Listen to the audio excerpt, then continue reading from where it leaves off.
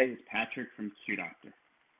This week I read a study by Crow Consulting, which estimated that hospitals, health systems, and medical practices will need to operate at 110% schedule utilization for the next 6 months to make up for the lost volume due to COVID.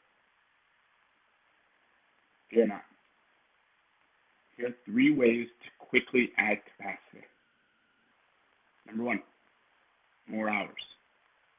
At the end of the day and the beginning of the day. You won't be able to do it forever. You don't need to. Just so the practice can get back on its feet and put everyone back to work and make up for the lost revenue. Number 2, if you don't want to do the hours in the office, telemedicine. You've been using it so well for the last couple months, right? Use it in the off hours. And finally, number 3, open access templating. Remove the restrictions about new patients can only be seen at this, and this time. Allow any appointment type to go in any slot. There's 3 ways to add access. If you want to increase patient volume even more, check out qdoctor.com, of course. Don't worry, this too shall pass, and everyone will recover and rebuild. Have a great Friday.